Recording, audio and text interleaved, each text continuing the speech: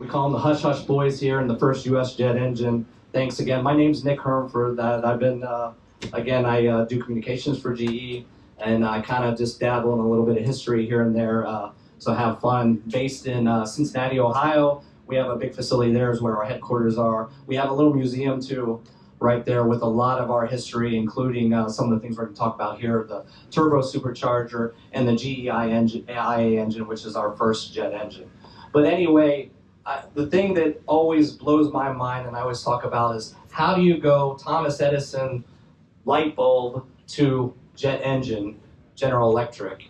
And that's something that when I came, I was asking the same questions at all. And if you really think about it, it's really about what we needed to power the light bulb and how you build that industrial grid. And that was all the steam turbine technology, all the impellers, all the things you needed to do that. And that's what Thomas Edison and the group from Schenectady, New York, and the group from Lynn, Massachusetts really set out to do in the late 1800s, early 1900s, was to build that technology. So while they're doing that, a gentleman named Sanford Moss built one of the first gas turbine engines. He graduated from Cornell University in 1903, same year as the Wright brothers, and was really into metals, was really into turbines, and the technology, was just very interested in all of that. He was, over the years of his life, very afraid of flying. By 1940, he won the Collier Trophy, but this was a guy who didn't want to fly, and this was a guy who believed that if you had a watch, you should take that watch apart and figure out how that thing worked and put it back together. A very curious guy and was very interested in this turbine technology. So while he's developing it and while GE is building the power grid, World War I comes, and we are very interested in that time of how can we fly higher?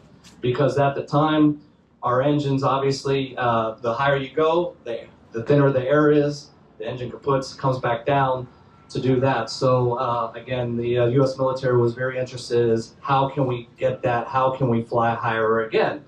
So they bring on Sanford Moss, who is studying all of the turbine technology there, and really we started looking at superchargers. So the whole idea with the supercharger again, and hey, let me use my first slide. Let's see, there he is right there with the pencil tip mustache. All the hipster kids today would actually probably like that. But here is a supercharger, by the way. And what he thought is, okay, if we could figure out a turbine, put on the front, and what he said was trick the engine into thinking that it's operating at sea level.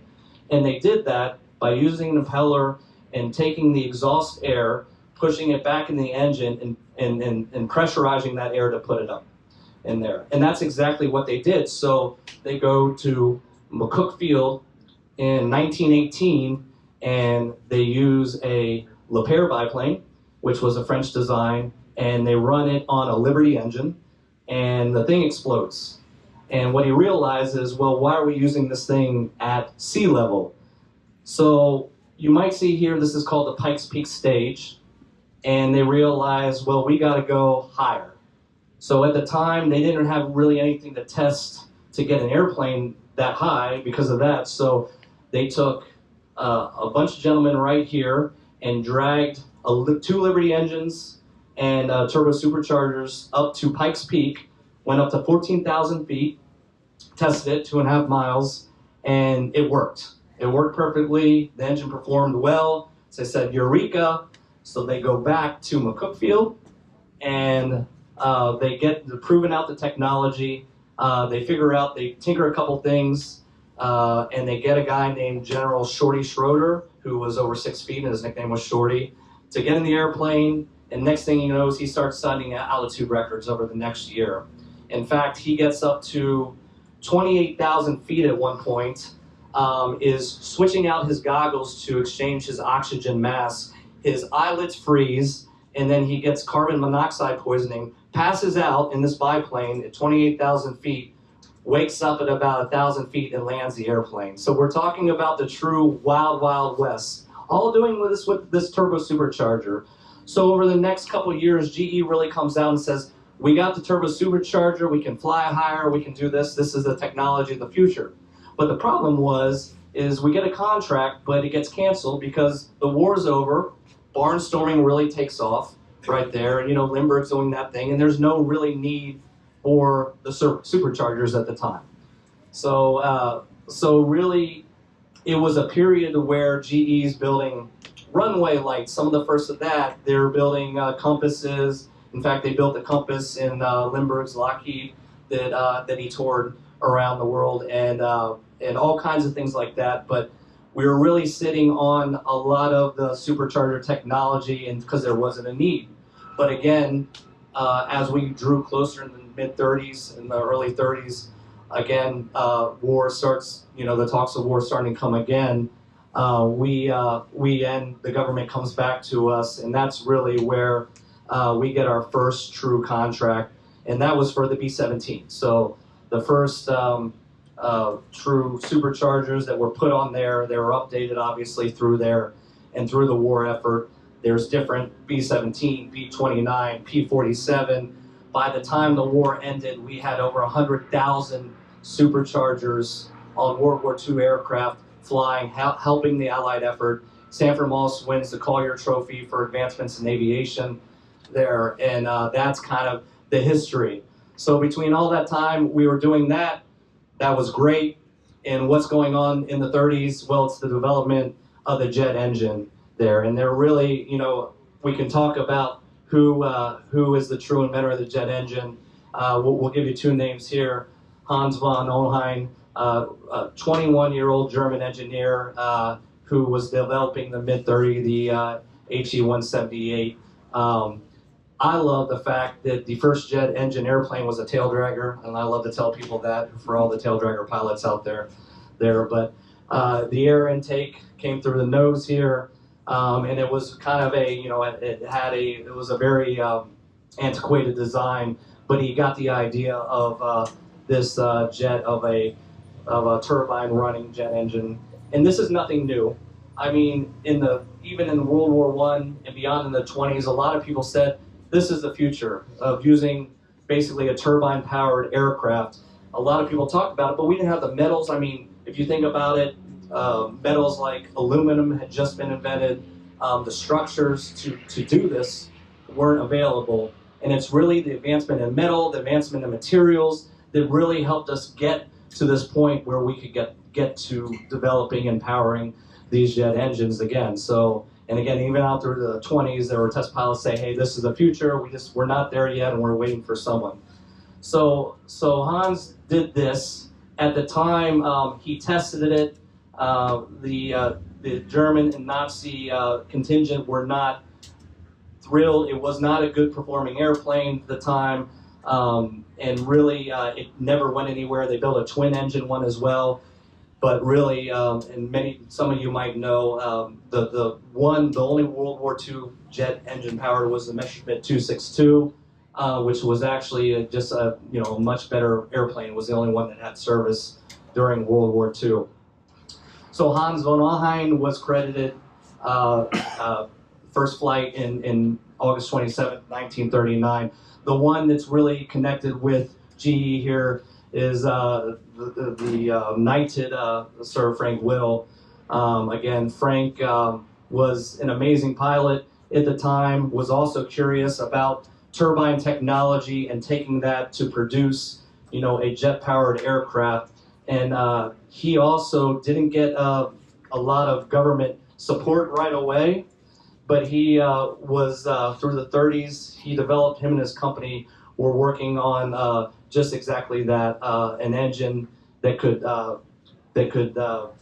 really power something much along this, which ended up being the Gloucester E-28. And it was a couple years later in 1941. Obviously, he had seen what the Germans were doing at the time too. He had the first patent on the jet engine in 1930, of all things. And actually, the neat thing is both him and Hans had gotten together in the 80s, well into that, and actually came into Dayton, Ohio, and talked about their designs because Frank thought that his design was copied at all. And after they looked at designs and talked to each other, he realized that he said that it wasn't a copy at all. It was just another idea that they did, and they actually became very good friends until both of them died.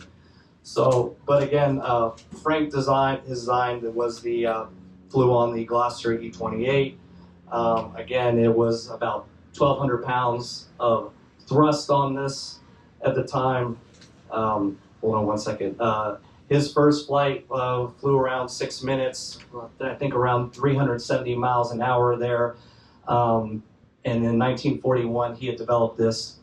But Frank had a lot of pressure on him, and he actually had a nervous breakdown while the development was going on. And then we're deep in the, getting ready for World War II, preparing for that. Britain was very concerned about the technology and his technology getting in the Nazis' hands. So during that time, they brought the engine over, a new design that he had, the W2, over to the U.S. government and saying, hey, can you help us, design kind of an updated engine? And this is where we get into where GE's involvement really takes off, and that's the Hush Hush Boys. So within 1 year, we redesigned a jet engine and a jet. Bell designed that. So from 1941 to 1942, that design took place. They gave GE 6 months to basically redesign the compressor, take Frank Whittle's drawings, make it better. Again, GE had not built an engine, a physical engine. You had the Wrights, you had Pratts and everything else, but they had not developed a piston engine. But they knew, again, on all the work they've done on the turbo supercharger and all the work that they've done on building the power grid of turbine technology, of using that. And the first engine here was called the EAA. And again, the Hush Hush Boys here in Lynn, Massachusetts, some of them didn't even know what they were working on because they were working on separate parts at the time. And this is the development they had. It was the EAA, again, single stage, double-sided compressor with centrifugal flow. The compressed air there would go through into the diffuser, and then that was fed into the combustion chambers that you see in here.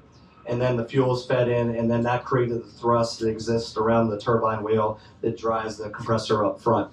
So that was kind of the design here that they created. Again, they got parts and pieces and hardware of the engine. It was on the metric system. They didn't have the tools on it. Again, they were trying to square things off and going, I don't understand these bolts. So, but they were just rapidly working on this engine to develop it. They get it done 1 month early, again, before it was acquired. So they got it done in 5 months. They get it over to Bell, and they take it to Murdoch Lake, Edwards Air Force Base area at the time. And this was so top secret at the time. The Bell XB-59 aircraft was actually, they put a propeller on it. So, if anyone was taking photos or anything else during that time, they didn't know exactly what was going on. So, and again, within 1 year of when GE got the prints and Bell got the design, they had built the entire airplane and flown it there. The first Bell XB-59, there's a couple of them around. You could see one in Wright-Patterson Air Force, the U.S. Air Force Museum. There's one in Minden, Nebraska, of all places. That's got a pioneer village.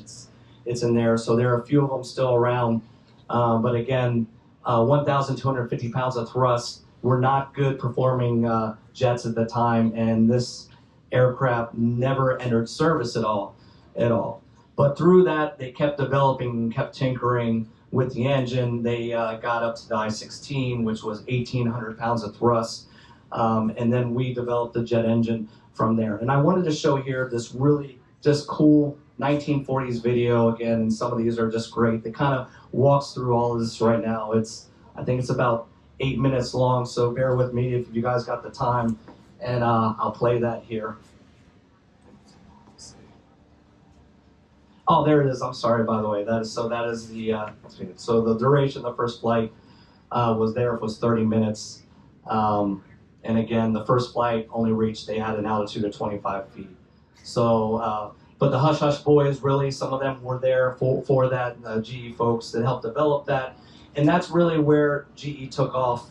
And again, and we went from there, military throughout the 50s and 60s, and then really then developed kind of the CF6 and kind of used a lot of the military technology to come into the GE space. So I'm going to play this video now.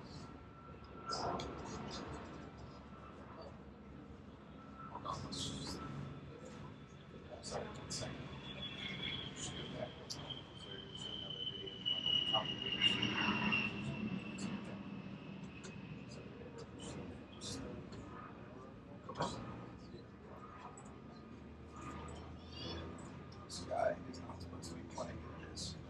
Sorry. Okay. All right, we'll see if this plays.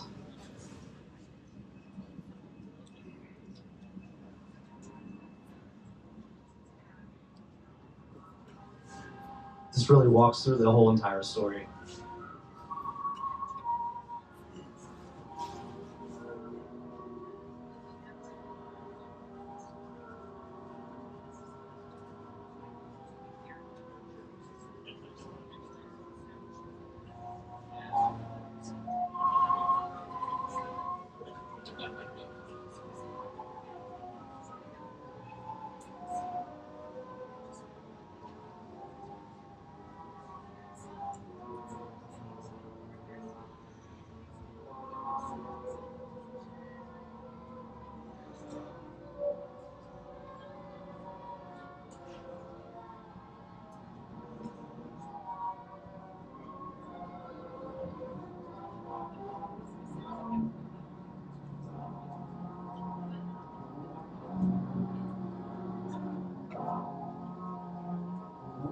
For America, the jet story began the night of October 4th, 1941, with the arrival of a highly secret engine assembly in a Boston airport. It was Britain's now famous Whittle turbojet, the first jet engine successfully produced and flown by the Allies. At that time, England was an embattled island fortress fighting for its life against the full power of the German Luftwaffe. The British aircraft industry, frantically building fighter planes to parry the thrusts of German bombers, had little time for development work. And so, they turned to the United States for help. It was up to America to improve the turbojet and put it on a production line. Gentlemen, I give you the Whittle. Consult all you wish and arrive at any decision you please, just as long as you accept the contract to build 15 of them. The Army Air Corps set a 6-month deadline for producing the first American jet. 6 incredibly short months to plan, design, and build the power plant that was completely new in concept and principle. The project was started with a small nucleus of key personnel. They picked the men they wanted. In most cases, these picked men did not know what they were working on. Of the 1,000 men on the job, less than 100 knew what they were making. The planning and assembly of the engine were carried on in different buildings, which were heavily guarded 24 hours a day. The project drew heavily on one of America's greatest resources, industrial know-how. Experience gained in building mighty turbines for battleships and power stations, plus superchargers for aircraft, provided a springboard from which this work went forward. Test and experiment provided new information about the combustion of fuels under a wide range of conditions. Research produced the special metal alloys needed to withstand the heat of the combustion chamber. The workers seemed to sense the true value of what they were doing. They were teammates. There was a wonderful spirit of common purpose, of cooperation among the British, the Air Corps, and the men of industry. In this atmosphere, as these historic films show, the engine grew at an unbelievable rate, and before long, it was apparent that it would bear only a basic resemblance to the Whittle engine. At last, the first U.S.-built engine rolled under heavy guard into the test cell right on schedule. Now the men who built it would see the results of 6 months of around-the-clock effort. They would see the birth of the jet engine in America. The first really radical change in our air power since the Wright brothers' flight. That is, they would see these things if the engine worked.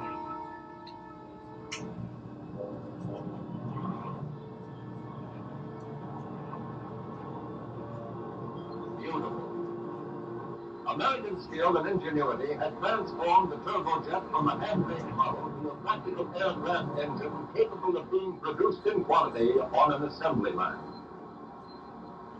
American aviation was on the threshold of a new era.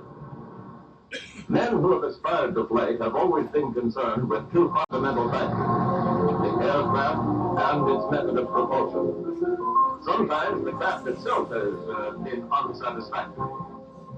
Sometimes the method of propulsion has lacked power, or perhaps too little thought was given to power control. Now here, the means of propulsion was quite simple. While in this, it is so complicated that it borders on, confusion. The engine-driven propeller has long been the principal method of aircraft propulsion. Its action might be compared to that of a huge screw that bores its way through the air and pulls or pushes the plane along. But certain inherent characteristics of the propeller have always presented serious difficulties. At extremely high altitudes, the air is so thin that the propeller cannot get an efficient grip upon it. So, at extremely high speeds or high altitudes, and especially at both, its efficiency declines rapidly. The tips of the propeller will attain the speed of sound before the rest of the plane, resulting in shock waves and forcing a limit to the speed of propeller-driven craft. Now, in jet propulsion, or propulsion by reaction, there is no propeller to limit speed or altitude. Hence, men have sought for years to utilize the propulsion by reaction principle in flight. This principle of propulsion by reaction is very simple. Newton's third law states that for every action, there is an equal and opposite reaction. The lawn sprinkler turns because of the weight and speed of the ejected water. The fact that the water is ejected in air has nothing to do with the motion. The sprinkler would still turn in a vacuum. The rocket travels because of its reaction to the weight and velocity of the matter it ejects. However, with present-day fuels, the rocket's limit of flight is fairly short. The jet plane operates on the same principle. It moves forward because of the reaction of the jet. At present, only the jet engine makes possible sustained flight by reaction. The turbojet engine consists of two main rotating elements. The compressor and turbine are mounted on a single shaft. Air is drawn in, compressed, and packed into the firing chambers where fuel is injected. The constantly burning fuel tremendously increases the energy of the enclosed gases, which rush out of the tail cone at about 1,200 miles per hour and give the plane its forward thrust. This is the simple principle of reaction propulsion that changed the whole outlook of the aviation industry. These are the original films of the Bell Air account, making the first jet flight in America in 1942. The General Electric engine which powered that flight is now in the Smithsonian Institute. It delivered 1,300 pounds of thrust. Then came the I-16 with 1,600 pounds. And when 4,000 pounds were delivered by the J-33, the jet engine really came into its own. This was the engine which powered the Lockheed Shooting Star, our first operational jet fighter.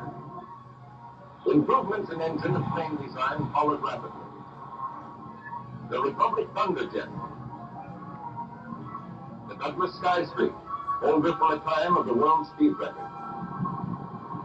The Navy's first operational jet fighter, the McDonnell Phantom, and Northrop's Flying Wing, powered by 8 jet engines. Today, American turbojet engines are powering the great new planes that were designed for them, such as the high-speed, high-altitude interceptor, Republic XF-91, the North American F-86B, the Martin XB-51, North American B-45, our first operational jet bomber, the Boeing B-47, super-fast long-range bomber, and the mighty Convair B-36D, the intercontinental bomber powered by 6 piston engines and 4 jets. Tomorrow, who knows what continuing research will bring? jet airliners that will span our continent faster than the sun. Even the atom may release its fantastic storm of energy in a power plant for aircraft. But whatever is to come, we can be sure that America's industrial skills will retain its leadership in aviation, and that the planes of today, as well as the planes of the future, will continue to maintain, as they have always maintained, the common security of free people everywhere.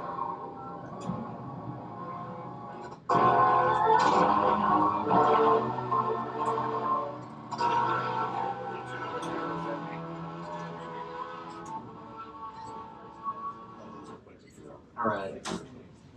Yeah, I can. And you know, that heading to the atom there, we actually did develop a nuclear-powered engine as well that never got to the point of production.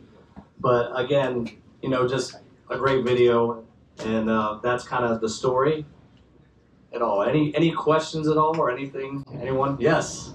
We got a mic for questions. Oh, we got. Okay. There's the question. There you go. Sorry, buddy.